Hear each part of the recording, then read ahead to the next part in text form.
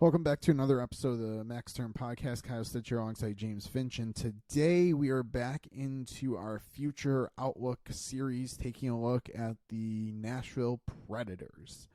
Predators are probably going to finish this current season around the playoffs. They'll probably be in the hunt, if you will. It's kind of football time, so you know that in the hunt graphics always on TV, especially for me as a lifelong Bills fan. I'm very used to the in the hunt graphics. So anyways, we appreciate you listening to this podcast, subscribing, available pretty much on all major podcast platforms. Give us a follow on Twitter. At AFP Analytics is kind of where we do a lot of the analysis. At Max Term Pod is this podcast where we'll tweet out new episodes. Both of our personal accounts can be found from the at AFP Analytics handle. Also on Blue Sky, all our names basically will find us on Blue Sky, plus the two other business accounts, if you will. And any ads, anything like that are associated with this podcast are not necessarily products that we're endorsing. We would be overtly telling you that we're working with or endorsing a product. No inside information, nothing like that for this episode. I don't know if I could pull any inside information for the Nashville Predators anyways, but anyways, that's kind of a joke as we get into it. So Nashville Predators future outlook is, I jokingly said this phrase before we started, the world is their oyster. They have freedom. Yeah, so they're an interesting team because if we look back to this past off season and kind of how we were viewing the Predators, it was kind of tough to gauge what they were going to do with as far as what they should do. And again, this is off season point of view. We were kind of looking at them as like, should they start selling some players off maybe? Just kind of one of those teams who's constantly in the middle and not quite good enough. We were kind of questioning some moves that they made. So they retained 50% on Ryan Johansson. They bought out Matt Duchene. They signed Ryan O'Reilly.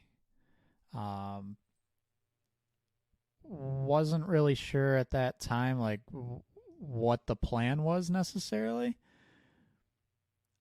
I'm not going to say I was wrong. I don't think we're at the point to say definitely I was wrong, but they're playing better than I thought they would be. I kind of looked at their offseason, so I don't fully disagree by any means, but I kind of looked at their off seasons. They were clearing things up, giving themselves a little bit of a clearer picture while also recognizing that they probably needed someone to, like, they didn't have anyone without bringing in O'Reilly to play realistically first-line center. And from a development standpoint, I don't think you want to throw a young prospect to the absolute wolves. So it makes sense to bring O'Reilly in to kind of shield your younger players a little bit, provide some leadership, everything like that. It makes sense, and I think them clearing their cap up a little bit also makes sense. I think I'd question the Matt Duchene buyout more than... That looks a little rough. That's so the Ryan Johansson trading him and retaining and then signing O'Reilly, fine. Like you're retooling. It wasn't working as it was, so that's fine. It's the Matt Duchene buyout that I think I question a little bit more.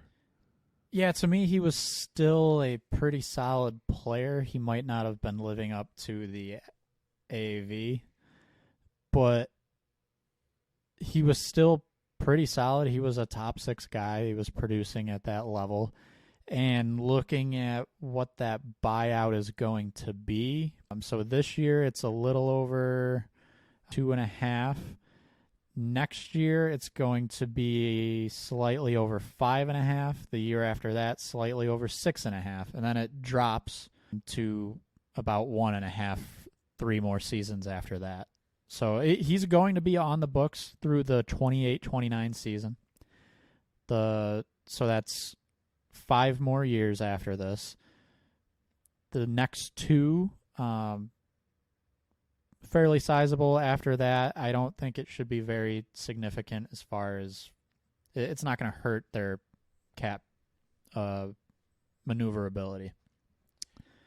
I think so. There's kind of a duality here in that I don't think they needed to move him, but if they decided that was the path they wanted, for whatever reason, they wanted to retool, they wanted to change things up, change the culture, if you will. I mean, obviously, like Nashville hasn't had stellar results with him, so without him, it's not an issue. Sure, I think the preferred road to go is just like they did with Ryan Johansson, but it probably had to be an either or. So looking right now, Ryan Johansson and Mattias Ekholm are both retained salary transactions for the Nashville Predators. That's 2. You're allowed 3. Johansson this year and next year. Ekholm this year, next year, and a third year. And Duchesne would have been the exact same as Ekholm, 3 years. I don't know if that's a winning strategy either. Well, yeah, so if you're a team who wants to be good, which it seems like that is Nashville's thought here, they would really be limiting themselves using up all 3, and that's even you want to send out a pending UFA, and in this current cap climate, there are a lot of issues around the league as far as having cap space available. That almost makes the retention slots just a little bit more valuable to have in your back pocket if you need it. So I think that definitely went into it. I don't know for sure what the buyouts would have looked like. I would have been curious about maybe trying to retain on Duchesne and buy out Johansson. I don't know what his buyout looked like. It could have been fairly bad itself. It's interesting. I want to touch on bringing Ryan O'Reilly in. At the time, I was kind of... I didn't really have a real reaction to that. I wasn't fully grasping like why retain on Johansson, send him out, buy out Duchesne, he's gone, bring in Ryan O'Reilly, good player, but it just felt like weird. Okay, are you trying to be good? Are you giving younger players more opportunity? You mentioned leadership with Ryan O'Reilly, and I think that was probably a big factor. Is he's the type of player where I think certain teams may have circled him on their free agent target list for more than just the play he involves. Like, that's the guy you want in the locker room. Because there are some younger players, especially some forwards on this roster who, yeah, it would make sense to bring in a leader like Ryan O'Reilly and really help those guys transition to the NHL. So I guess, do we want to move into kind of talking about those Let me forwards? put a little, you brought up what the consequences would have been for Ryan Johansson and a buyout. So real quickly, pulled up Cap Friendly buyout calculator, tremendous. Looked at it as of June of 2023, so before the offseason, basically. Little bit confusing. I think I kind of got this right. The buyout cost would have been 2.6, basically 2.7 for 4 years on the cap. So significantly better than Duchesne kind of stretched out, and it also would have only been for 4 years. Yeah, I think. So they would have saved in this season, next season, $5.3 million on Johansson. That's not a huge concern for them with the amount of cap space they have. But you're also only then would have had 2.6 in dead cap money for 2 more years, I guess 2 additional years. So you would have had savings and then 2 additional years of cap hit. That seems a little bit more favorable than Duchesne. So I think you're onto something, wondering why it was why they did what they did. I'm going to guess it's the market dictated that to an that's extent. really the factor that we don't know, and this is something that's very easy to pick on in hindsight, and factoring in we don't know what that market truly was. It's very possible what happened was kind of the best Nashville had to work with. I think my bigger question is if that's the case, maybe they should have kept Duchesne one more year and then executed the buyout. I don't know exactly how that would have played out anyways. I don't have the math in front of me, but just spitballing some ideas. Like they didn't have to move on from Duchesne this past offseason by any means. No, so they've got some younger guys coming up as forwards, but where they're playing in the lineup this season, Matt Duchesne being there would not have really impacted the younger, let's call them the future of the team. They would still pretty much be in those roles. It might have impacted some of the depth guys getting time, like a Cole Smith, Michael McCarron type guys, but that's fine. So I don't know. I would have kept him another year, especially because he was still playing well. So I don't know. Maybe there's more to it than that. Maybe he wasn't a great fit in the system they were going to try and run. I don't know. I don't think that's really the case. That wouldn't make a lot of sense because I would have thought the system that they're playing under it would be a good fit. Yes, yeah. And under Andrew Burnett would be a good fit for Duchesne. I wonder if it's a locker room thing like Could be. That we just don't know about, and that's fine. I mean, but they sent out Matt Duchesne, brought in Gustav Nyquist. Like, you didn't need to do that, in my opinion. Well, no, I guess to get to the numbers specifically, so they have the caps. They could have kept him and pretty much made the same moves that they made. It might not be quite. Yeah, I think they technically would need a little bit less, but you're talking like one of these depth guys.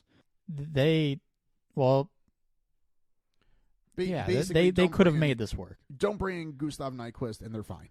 But even like you can have one of these guys with the minimum just not on the roster, and you're good.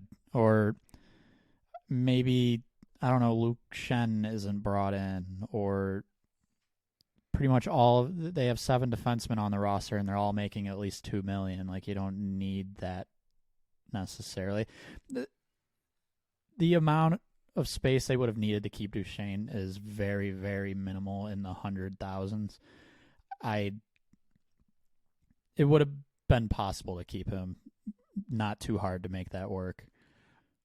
So it might be a locker room thing. All of this, I mean, to me, looking at it from an asset cap management standpoint, it's setting up like they are trying to maybe be a broker for a trade deadline move and be rewarded handsomely for doing so because they have cap space. They left that one retained salary spot open. I would classify them as retooling, borderline rebuilding, but when you're doing that, you want assets, especially if you can get them for free. To me, Nashville is setting themselves up to be a broker, a middleman, if you will, in the next couple months. Yeah, and, they're playing well enough right now. They're about a 500 team, but they're still in the race. With that cap space that they have, with the extra retention spot, they could be buyers who are also kind of in on those deals where, hey, if you can't quite make that trade work, we can retain a second time on a guy's deal. And maybe they're kind of buyers to compete, but also sellers of cap space.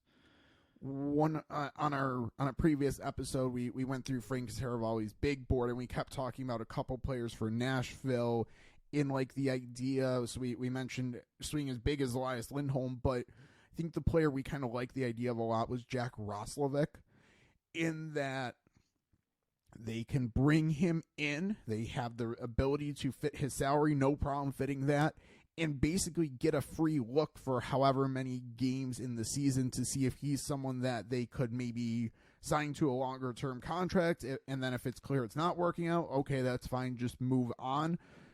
So we talked about that in the last episode. Nashville could, as you said, could be a buyer while also being a seller, or being a broker, or all of the above. They have the flexibility to do just that. Yeah, so you mentioned Roslovic. They could, in theory, add him as, okay, we want to make a push for the playoffs and still have space to help out in another deal and maybe use that retained salary or take on a player and, I don't know, take on a player and waive them if they have to. They've got space, and more specifically, they have a pretty significantly more amount of cap space than the majority of the NHL, and it's going to put them in a pretty advantageous spot come the trade deadline. So usually in these episodes, we kind of talk about building blocks. Yeah. So let's start working through the building blocks with Nashville, and I think I'm kind of leading this discussion to a specific position because there is one building block, but I think there's a question of that building block. So forwards, Philip Forsberg's under contract for what, 7 more years, $8.5 million. That's his career. He's a lifelong Predator unless there's a trade that's made. Ryan O'Reilly's the next longest forward under contract for only 4 years. Or am I missing someone? 3 more. 3 more. Well, this year and then 3 more. Yes. Is it this year and 3 more, or is it this year and? It's this year and 3 more. Yep. Okay. So not a ton for O'Reilly. But he's the only other one, and then Forsberg's this year, and then 6 additional for clarity there. So they have room at forward, and I'd also say they don't. We'll get into prospects a little bit more, but there is no obvious centerpiece prospect at forward in their system. Unless we want to talk about. We'll come back to the forward prospects, but there's no stud that we know we can pencil in as their 1C, like we have been able to do for other teams in this series. No, so I mean, there's some guys up right now, 3 of them. So there's Philip Tomasino, who might end up being more of a winger. Same with Luke Evangelista, I think winger, and those guys you're happy if they turn into top 6 wingers. And even if they're more of that middle 6 fringe guy, you're happy with it. There is a couple centers. One of them isn't as young as you might want a building block to be, but he's still younger. Thomas Novak really came on to the scene, I would say, last year, and he's not your elite 1C, but he maybe could be a 2C. He's just not your elite center. So, I mean, that's a good player to have. And there's one more, a bit younger. He's 22 right now. Juuso Parssinen. Another player who last year actually played pretty well when he was brought up. This year, on the surface, not going so well. You look at some underlying numbers, and it should be going quite a bit better than it is. So I'm not really worried about his play this year. I think he'll bounce back. But again, we'll keep kind of hammering this home, I think, throughout the episode. Good player, bright future, not an elite level, pencil him in on the first line type of guy. So maybe they have a winger or 2, maybe they have a fill-in center, but if we're talking true building blocks, I think we're at they don't have that true 1C building block. No. Defense, Roman Josi is going to be there another 5 years, well, this year and 4 others. Ryan McDonough this year, 2 more. Luke Shen this year, 2 more. And that's, and Jeremy Lazan as well this year, and 2 more. But again, on defense, they have Yossi locked up for rest of his career, basically, again, unless there's a trade that occurs.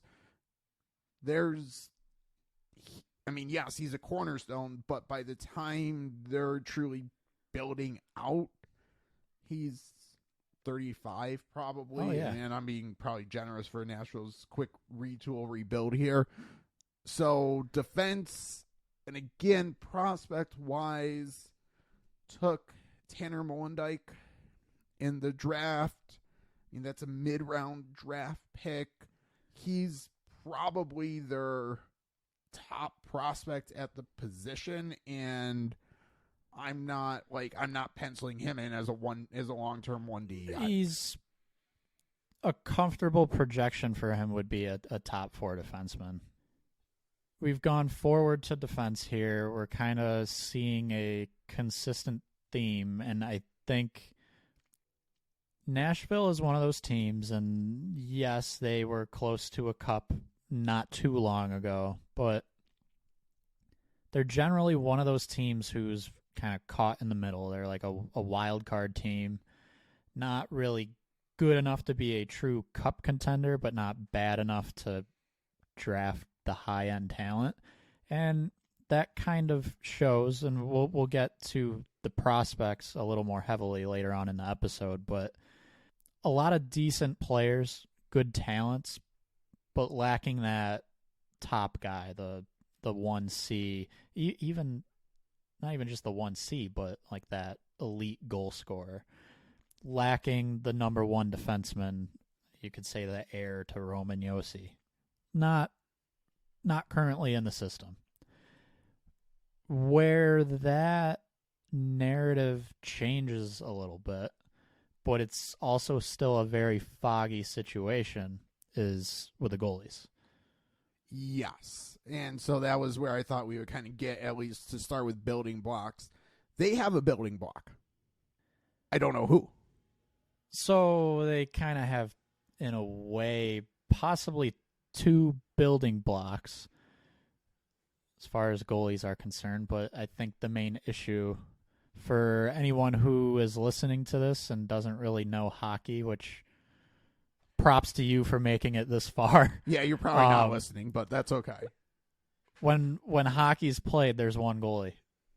So they've got Yusei Saros, who is a top 5 goalie in the NHL. They have Yaroslav Askarov, a young Russian goalie. He's in the AHL right now with Milwaukee. Pretty comfortable saying top 3 goalie prospect across the NHL. Definitely top 5. Who else would you put? Jesper Wallstedt from Minnesota. Yeah, that's probably the name. So maybe top 2. Yeah, there might be Devin Levi, Buffalo, Detroit has, I'm blanking. Sebastian Kosa. I think Askarov beats Kosa and probably Levi. Yeah, so it's as a prospect at least. But so that's the level we're talking and what they have in their system. So you have someone who is projected to be at minimum a number 1. A pretty solid number 1, if not an elite or franchise type of goalie. But yes, so that's kind of, I mentioned the situation's a little foggy. Yusei Saros, he's got this year and next year left on his contract, and then he's a UFA. So he's making $5 million each year. You've got a goalie who was in the AHL last season. He's there right now. Goalies can take a while, but he's knocking on the door, and you have a situation where I think it's fair to call him your franchise goalie, is going to be free to sign wherever he wants. Not this offseason upcoming, but the one after. Decision to be made. Do you ride out that contract? Do you decide to trade him and get what I would think would be a great return, do you extend him and maybe it's the young prospect goalie that might get used elsewhere in a trade? So Askarov's off to a really, really solid start in the AHL this year. So I don't even know if he's going to need to finish the year in Milwaukee. That might be how it plays out. So I like, from a contract structure standpoint, Saros for this year, next year. In theory, Askarov, we'll say, finishes this year, dominates the AHL. Next year has the ability to split time, not like full on pressure, and then you are out from under Saros. So in a normal situation, that's perfect to set up that way. But as you laid out, Saros is not normal. You're not like, you don't want to just let him walk for nothing. He's also young enough where you can argue he's your long-term answer. 28 years old for a goalie. Like, signing him for 6 more years would, maybe not 6, but we'll say 5, because he'll be about 30 when the contract expires. But you can probably get another 7 years, you would think, out of it. I mean, we're pushing it there, but the potential for 7 years, which would be, in theory, Askarov's entire restricted free agent years. So you have to make a decision, as you said. Askarov's name this past summer in Nashville was swirling, in that it was rumored that Barry Trotz was looking to use him as the trade piece to move up to make a splash. Montreal, I think, was the team most rumored to move back, but that I would lean towards. I don't know. I guess I don't know where I lean in this situation. I do want to bring up quickly. I didn't love the idea at the time because I've always been a Saros fan. Nashville picked Askarov 11th overall in the 2020 draft. Like, a lot of people were saying that he could have been a top 10 pick. So, like, value-wise, people at the time thought was good. But the name that went after him, Nashville would be ideal for Nashville. Anton Lundell. That's the player that Nashville needs. And I don't know if Askarov gets them Anton Lundell or the similar type of player at this point. Yeah, it depends. I think if you had a team needing a goalie who has an abundance of forwards, maybe. But yeah, I mean, it's tough. I think he would go a long way, at least, to acquiring a player of that caliber. It's tough to say exactly how far. It might be Askarov and another, maybe not significant piece, but fairly solid, projectable player, at least, like a top 4 defenseman type of guy paired with him to get that future 1C.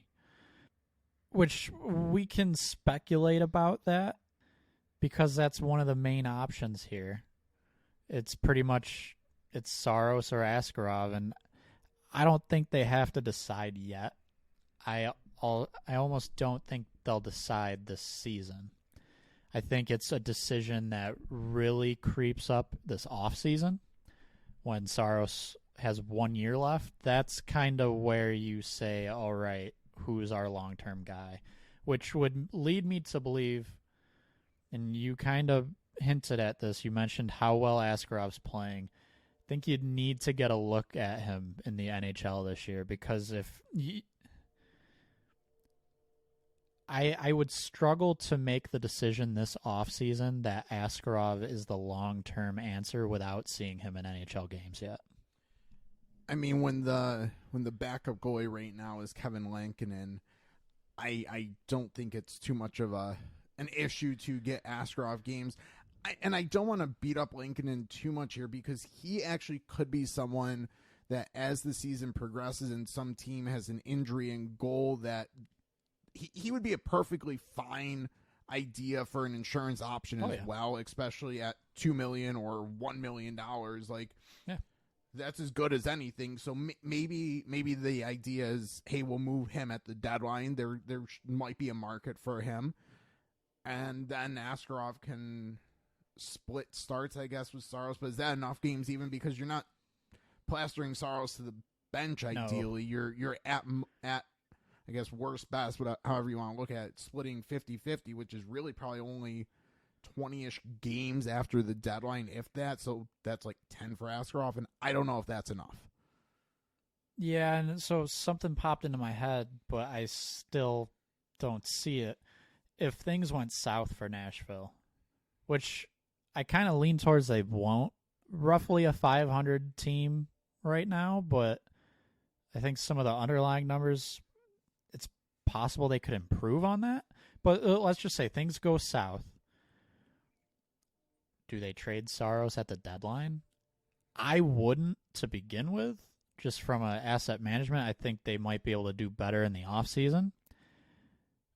But just entertaining that idea, if they were to trade him at the deadline, well, you've definitely not seen enough games from Askarov yet. So it's almost even worse of a situation that you're kind of forcing yourself into if you're Nashville, if that was the case. Which, I guess, quick side note, Saros won't be traded during the season. I would be surprised. I guess I'll go on record saying that. Like, things would have to be very bad for him to be traded in season. I think there is exactly one scenario that plays out where he could be traded, and that actually has less to do with Nashville and more having to do with the New Jersey Devils realizing they have absolutely everything but have no confidence in their goalie, and put a really nice asset on the table and say, here, Nashville, you can have our borderline elite forward prospect because we have more than enough, or like a Simon Nemec. I'm not saying this is going to happen, but I think that's the only scenario that I could see playing out in seasons. New Jersey's like, we have a cup team. Our goalies are not it. We can get Saros. We can get him long term. Let's make that move now. We have the assets. We have the prospects to do it. So I think it's exactly one team in exactly one situation where it could happen, but I'm not confident saying he won't be traded. I think there's a scenario, but it is unlikely. I think just moving forward, it makes the decision a bit tougher to, I guess, understand, in my view at least. Really, they need to be getting Askarov games probably soon, if not like right now, to really start gathering some data and some info there to really be able to make as educated a decision as possible of who their long-term goalie is. Because whether it's Saros or Askarov that is moved, which I'm saying traded, hoping that they don't just let this run its course and Saros walks for nothing. They need to be trading one of them. And we kind of touched on there's not an elite forward coming. There's not an elite defenseman coming. This is your chance to find one of those. Is figure out your long-term goalie, use the other one to improve other areas on the roster. We'll say history is not on Nashville's side here. The Rangers would be the most recent. I guess the Rangers are a couple examples here. We'll go back a while. Trading when they still had Lundqvist, they traded Cam Talbot. Didn't get a whole lot in return. It's not. I know it's not the same situation. And Shesterkin and Georgiev, again, not the exact same situation. I think that Askarov's a much higher ceiling talent. But at the same point, how much higher ceiling are we talking here? Because those guys only got like second-round picks. Well, so like Georgiev wasn't supposed to necessarily be a starter. Like it wasn't shocking that he sort of became one, maybe. Askarov is supposed to be like he was drafted with the expectation of this is an elite, possibly a franchise goalie. Georgiev was maybe best case scenario, he's a starter. Same with Talbot. So I would say with Askarov, like you have a potentially true number one goalie, you should be able to get I don't know if I would say a true 1C or a true number one defenseman. It's possible, but you should be able to bring in a potential top pair defenseman, a potential first line forward. And if you're moving Saros, I would say the same thing. Maybe, and if you get a team that is talking extension and it's a deal where an extension is going to happen, you might be able to really get that top piece. So I guess where I kind of draw the comparison a little bit, I think if they were to make the move now, it's different, but both times the Rangers kind of let that play out a little bit too long and back themselves into a corner. So because Georgiev, like his first year or two in the NHL, put up 918 save percentage, 914 save percentage in 10 and 33 games respectively. Like those are not bad numbers, but then they let it sit a little bit longer, waiting to see what they had. 9, 10, and 34 games, still fine. That was the 2019-2020 season, but then 905, then 898. Yeah. Before they finally pulled the trigger and moved him to Colorado. So it's a cautionary tale that you get too patient here making a decision that you might diminish your asset. And so again, that speaks to the let's make a decision sooner than later. Yes, I'm with you on that part for sure. I would personally say Askarov in comparison to a Georgiev or Talbot is not comparable from an expectation standpoint. Situationally, though, how you want to manage this situation. Yes, like the longer you wait, you begin to lose leverage as far as maximizing trade value. And again, if we're talking like with Nashville was supposedly talking about using him to move up almost 10 spots in the draft. Like that's significant value right now. That's probably not a 1C, but it is a potentially a top-ish forward, top-ish defenseman. Again, maybe package in another prospect, and you do have something really, really high. Like, or New Jersey comes along and says, "Here, have one of our young good players for one of your young good players." Like, yeah. I don't know, but the longer this plays out, it's not in Nashville's favor. Yes, absolutely, and I think this is really the big point to make with Nashville. It is that situation. That is the thing to be looking out for. That could make or break their future. You wait too long, you start to lose leverage. You don't get that much of a return. You're going to end up with a return for these guys that nets you some prospects, and they probably could be decent prospects. But it's going to be more of the same of that. This guy could be a top 6 forward. Okay, we've got a couple top 4 defensemen maybe, lacking elite top number 1 guys. So I'd almost circle all the way back and say Nashville almost might need to make this decision at the trade deadline, because the minute the offseason hits, teams are going to know they're starting to be backed into a little bit more of a corner. Like I'm not against them doing it at the deadline.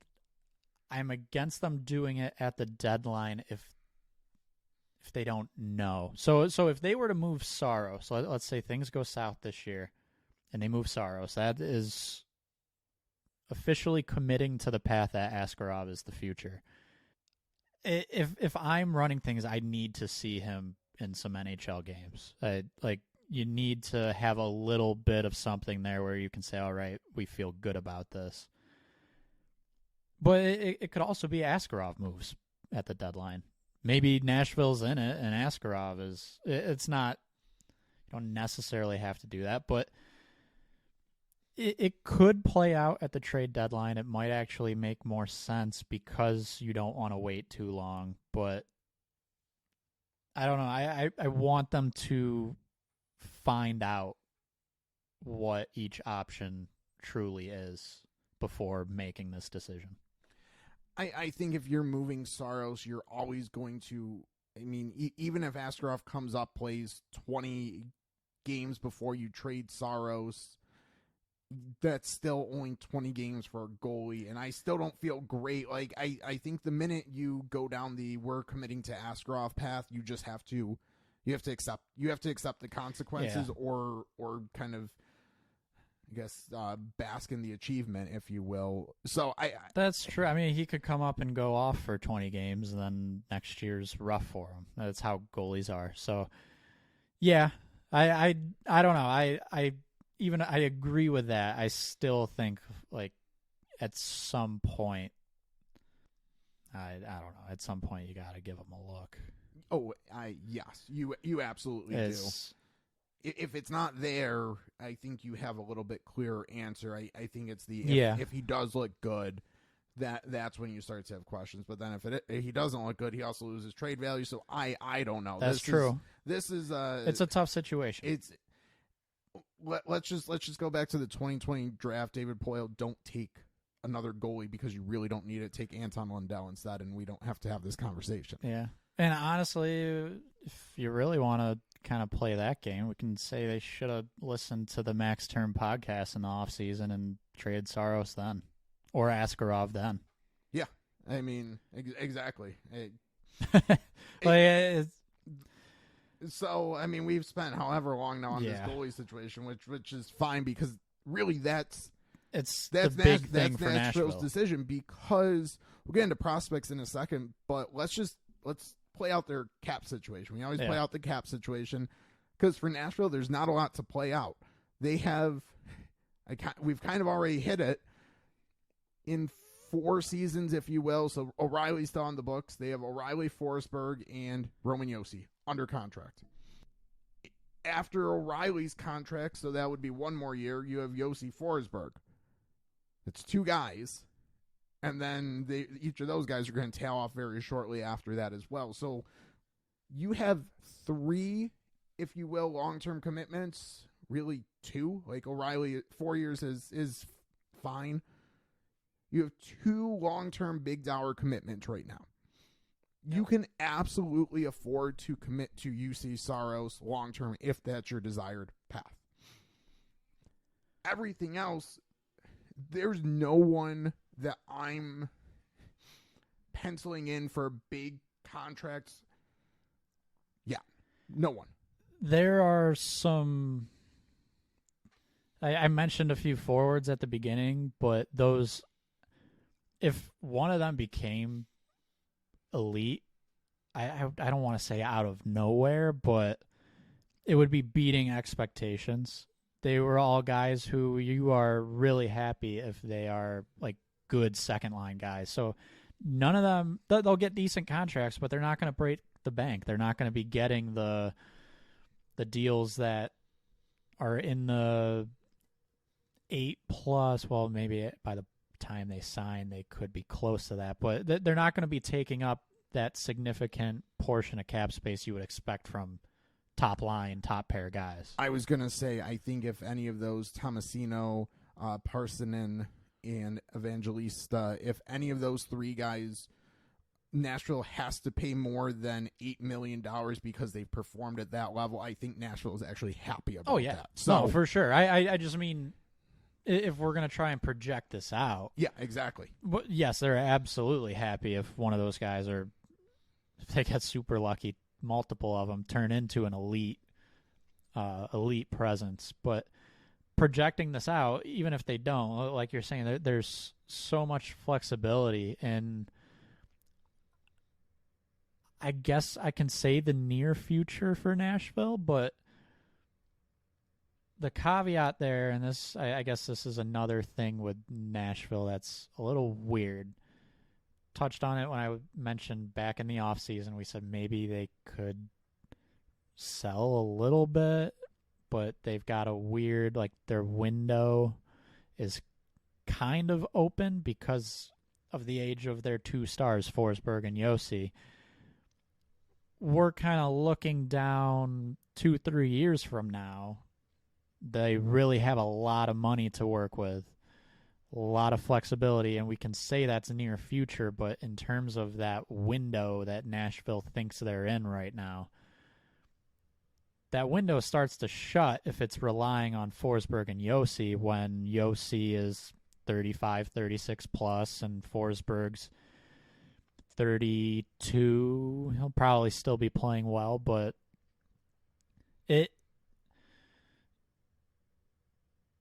some teams would be perfectly fine then because they have elite talent coming up through the system. Nashville doesn't. So their top two stars, which is really their team, they have two stars. As they start aging, the high-level elite players coming in to replace them in that role, it's non-existent in the organization right now. That's Nashville's main issue. I think Nashville is the first team that we've done in this kind of little series here that I can probably talk myself into making a big free agent move. I don't know if I'd recommend it, but I think I can talk myself into it. I have one name that I've actually connected to Nashville for years that I still think makes sense. Steven Stamkos. If Tampa and he don't work out, that I don't know. For some reason, him and Nashville just seem like a really good fit. Yeah, so I mean, I'll get into Stamkos, but really quick, Nashville is becoming a destination. I think we've heard more in recent years, just whether it's players wanting to sign there or they have trade protection and they kind of list Nashville as one of the teams they're definitely willing to go to. Nashville, it seems like they have a little bit of a draw to get players to come there, and they can possibly sell, hey, we've got a top scoring winger, franchise defenseman, franchise goalie, like we're close. So the selling points there. I think that there are so Stamkos, he's still scoring at a pretty high level. So you're confident about that. I think you worry about how big of a commitment you're going to have to make because of how old he is. He's 34 right now. So that I like the idea, but all of that flexibility we just talked about, if you have to pay him 8, 9, 10 million still, depending on how long of a deal that is, you could have a bad contract pretty quickly on your hands. There's a different name that I kind of like a little bit more, also from Florida. Well, the state of Florida, different Florida team, Sam Reinhart. I think I would be more comfortable with a signing like that for Nashville, just pretty much simply age-wise. Him or Toronto fans cover your ears, Willie Nylander. Yes, well, that's another one. Now, Nylander doesn't help down the middle as a center. Reinhart maybe could, but he showed glimpses of that at the end with Buffalo, but he's kind of been wing with Florida. I think they're both equally centers as realistically they're both wingers, but I think they both have the same flexibility. Like Nylander's played some center to start the year in Toronto this year.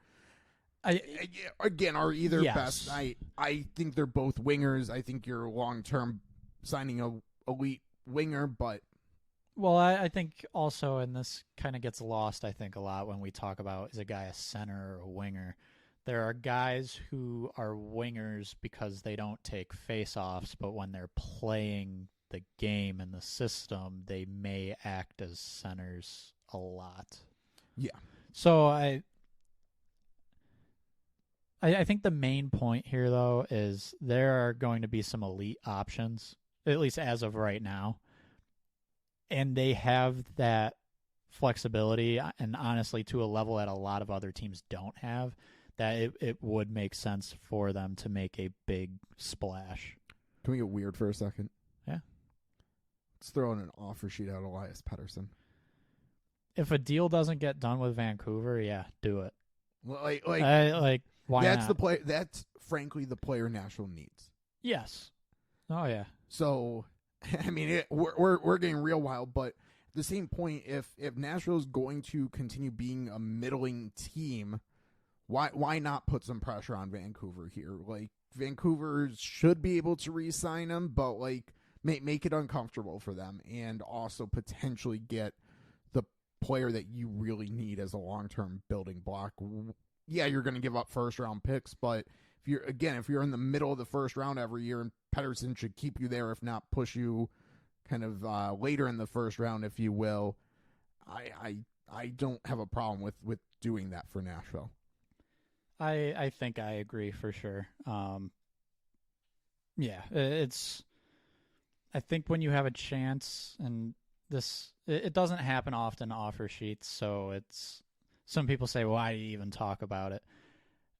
For me, if you have a chance to acquire someone who is a franchise player, which you can't, there are number one top players on teams who I don't think you can label franchise players. There's very few of them. Pettersson's a franchise player.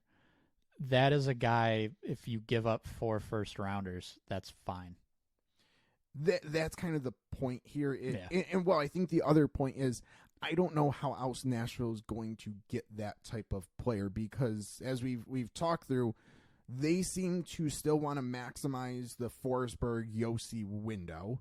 So if you're going to do that, and frankly, those two players are good enough to potentially keep you, plus having Saros or Askarov in goal is probably good enough to keep you out of the really high lottery odds year in and year out. How else are you going to get a top-end talent? So, yeah, you could take a swing on a Nylander, Reinhart, or really get the player and hope that they can basically be what Elias Pettersson would be. And I don't know. That again, offer sheets don't happen, but if there was one that was going to happen and make a lot of sense, and obviously Vancouver still could easily match it, but like if Nashville wants to take a swing, that's the swing to take. Sign Reinhart and offer sheet Pettersson. Now, Sure. I wouldn't say that for a lot of teams because of their cap situation, but it's another important part of this conversation for Nashville is that flexibility that is there. Use it. If your window is right now, which for them it is, their window. I'm not saying it's actually like a good window necessarily, but it potentially could be. And this window that they currently have that they view themselves in, it's, I'll say, another 3 to 4 years. Yeah, I mean, and that's where the first name I led this off of, Steven Stamkos, like, could be a name that, like, for on a 3-4 year deal, like, yeah. I don't know. I mean, again, you could do Stamkos and Reinhart. Is that my recommendation? I don't know, but like, but salary wise, you probably could fit them. Yeah, and so I go back to what Nashville currently has right now. They have a solid team. There's a lot of those middle six type guys. It's the lack of the elite first line, first pair type players. And I think if you're able to pencil in one of those first line guys that we've just threw out 4 different names, if you can pencil that in, all of a sudden you look at Nashville's roster and you're like, but this team's pretty good. Like, they've got some depth. Not bad. Like, they could turn into a real actual contender for a Stanley Cup if they have that top forward. I mean, I think that we're having this discussion. We haven't talked about prospects because I don't think there's a ton that are really worth spending a ton of time on. So their top 2 forward prospects, I guess maybe 3. We've hit on some, so probably their top 2 not in the NHL: Matthew Wood, Joachim Kemmel. Those are their top 2 guys. Wood's an intriguing prospect, lighting it up for a second year at University of Connecticut. Not a powerhouse school, but that doesn't mean they don't play good teams, and he's that team, so he's getting attention and he's performing well. The big comparison for him throughout the draft process was Tage Thompson for multiple reasons, but I think the main reasons, size and skill, are there. I'm not saying he's going to turn into what Tage Thompson has turned into, but I guess I'm not saying he won't. But the safe projection there is he maybe turns into a top 6 winger, good on the power play, net front maybe, but maybe he's got a good shot. He's most likely not becoming the elite top guy. And even if he did, again, we've went through this. They don't have another guy. Joachim Kemmel is probably no different than the guys that we started, the Evangelistas, the Tomasinos, maybe a little bit higher ceiling, but like they're not dissimilar prospects. So again, maybe first line, but most likely we're looking at another middle 6 winger. Yeah, if Kemmel can score 25 goals and play on your second line, like, that's perfect. That's kind of what you should maybe not expect, but like that's the potential you're hoping he reaches. But again, we talked about the Reinhardts, the Nylanders, the Pettersson, even the Stamkos, because outside of maybe Matthew Wood, we don't have someone for that top line long term, and we don't see a path to necessarily drafting one because we think the team's going to be too good. Yeah, they're one of those teams. They're not good enough to win the Stanley Cup, but they're not bad enough to get that high-end elite talent. And their majority of drafts, you can go back and look at someone that was picked in the teens or beginning of the second round who was just perfect. Or not, I guess perfect's not the right word to explain this, but just a perfect draft pick, I guess, of no one really saw that coming, that elite level. The Sebastian Ahos, the Braden Points. David Pastrnak. Yeah, like it's... You can't just plan on doing that. It's not likely. So being stuck kind of in the middle where Nashville, they're oftentimes kind of in the late teens, it's going to be tough to get out of that same kind of draft slot because you're lacking those elite guys. If you have a chance to get them in free agency, it might be your best chance at finding that elite talent and really taking advantage of the 2 stars you currently have and where they're at in their careers. You know, in terms of prospects, I think one name we haven't mentioned, and you were waiting for me to take the shot, Zachary Leheureux. It was a former first-round pick. I mean, 27th overall in 2021. So you would hope that he becomes something, but hasn't. He hasn't really turned a corner. His best year was right after he was drafted. So his leading into the draft year, not too bad. Had a good year immediately after the draft. Last year not great. This year not off to a great start, especially in the Q where you would. Or sorry, this year he's in Milwaukee in the AHL, but in the Q, like, he should be putting up much stronger scoring offensive numbers. Because I guess his AHL start, I thought it was still the Q. His AHL start's fine.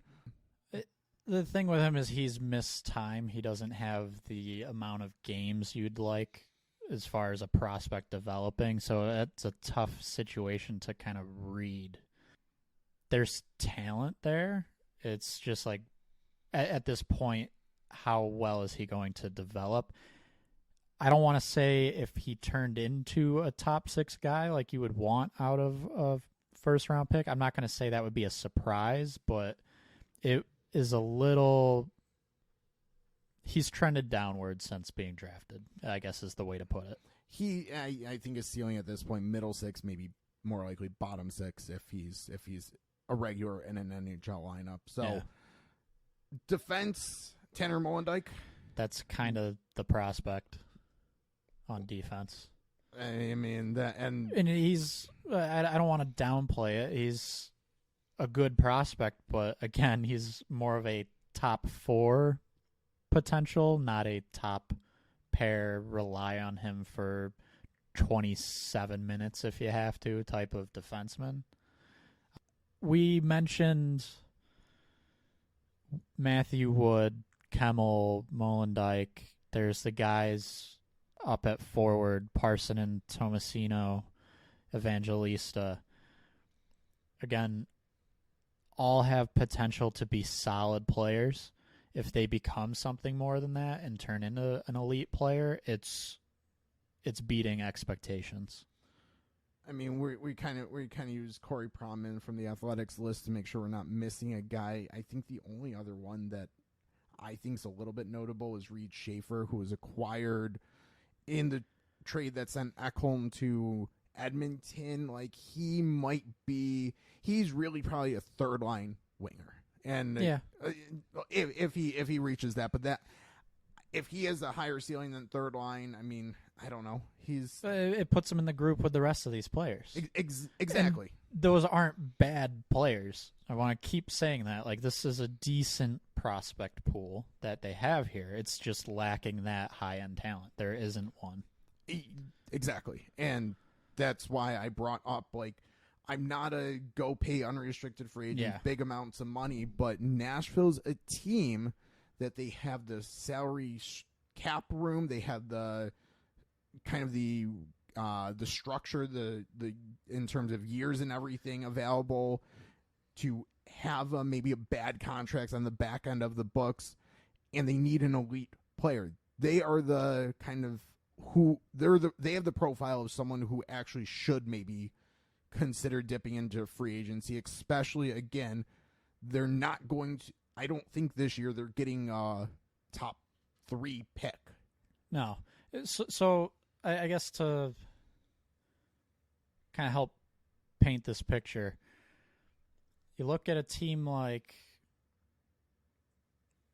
I guess, Edmonton when they picked McDavid. Maybe a little more seriously, Bedard in Chicago, Eichel in Buffalo. There's your top star, need to build the supporting cast. Nashville is more of we have the full supporting cast, need to find the top star. And having that supporting cast already is making them good enough to not be in position to draft that star. So they might have to go find it. And the plus they have going for them is their cap situation is pretty good.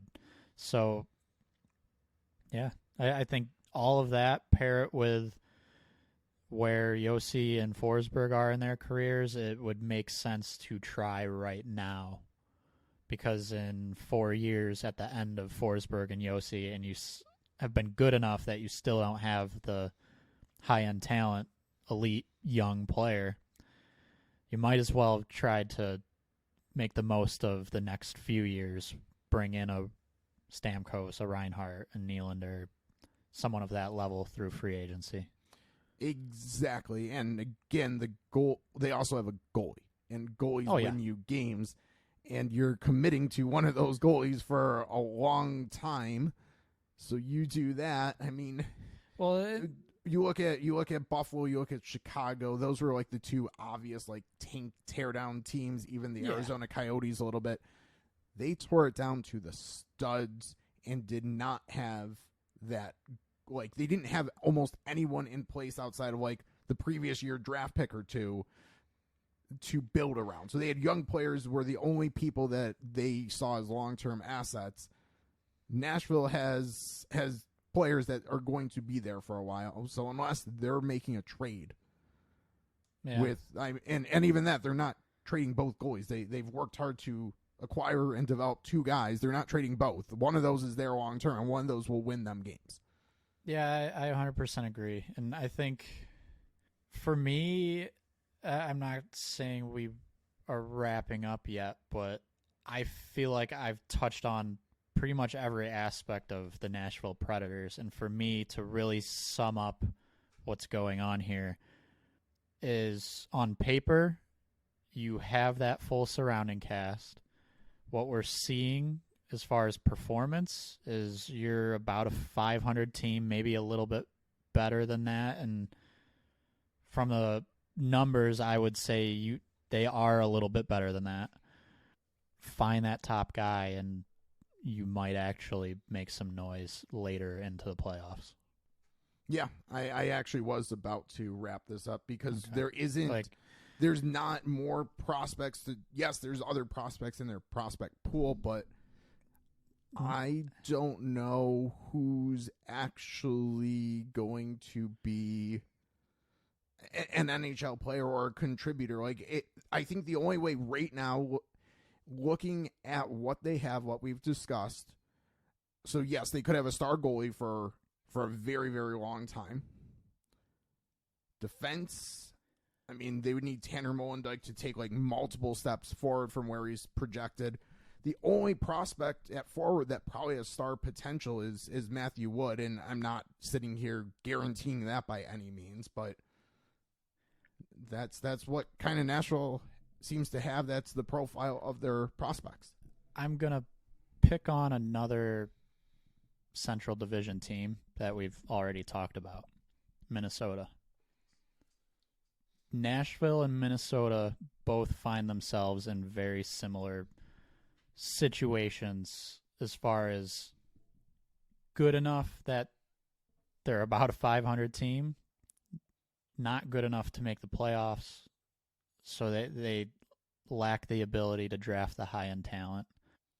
Nashville is the same situation as Minnesota, except they have cap space. I would argue Minnesota at least has some young guys that project to be stars or borderline stars. They have a Boldy, they have a Kaprizov, they have a Rossi. I'm not like yes, but that's better than Nashville has. That's more than Nashville Boldy has. and Kaprizov, yes. I would think if you're lining things up, you say, okay, Nashville has Forsberg, Minnesota has Kaprizov and Boldy. You're kind of waiting for maybe one of the younger guys in Nashville to put himself into that conversation. And it's not exactly the same roster as far as how the rosters are built.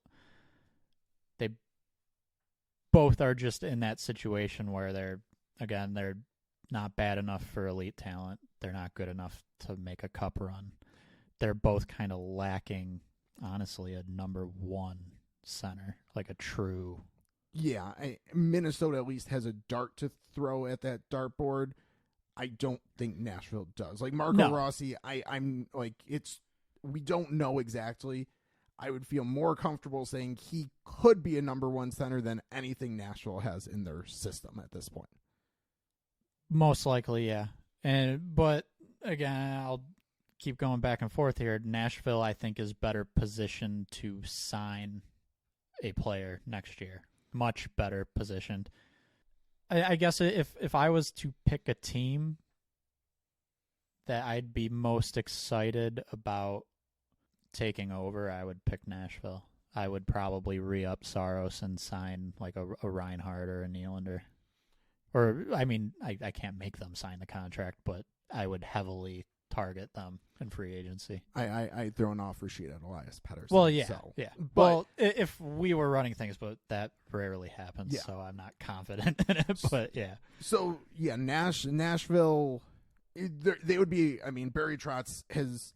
I mean, he set his own situation up a little bit, and then just looking at the draft picks as we wrap this up. This upcoming draft, the first 3 seconds, 2/3, 3/4. That's so I don't like. I think once you start getting later in the draft, like GMs overvalue those picks, but like 4 picks in the top 64 is good. The year after, likely 2 firsts. There's some conditions attached to the Lightning Tanner Jeannot pick. A second, a third, a fourth. So they have 2 firsts. So potentially 2 firsts, I guess I should say. It could get pushed, but so they'll have that Lightning as a first at some point down the road. Yes. So they have the draft capital. Maybe they can package some of those picks together to move up. Again, they also have a bonus first where they could offer sheet Elias Pettersson and still have a first potentially. So I'm really going to push for this to happen over the next however many months. So this will probably not be the last time you hear about a Nashville offer sheet for Elias Pettersson. Well, I more have a feeling it's not going to be the only team where we hear you say you should offer sheet. Elias Probably Pettersson. not, but I think Nashville is one of the best fits. But yes, no, I agree. That they are right there just needing the top guy. I will say that'll be the last time you hear me push an offer sheet for Elias Pettersson in this episode, because with that, we'd like to thank you for listening. Appreciate you subscribing, following us on Twitter, Bluesky. With that, we'll talk to you next time.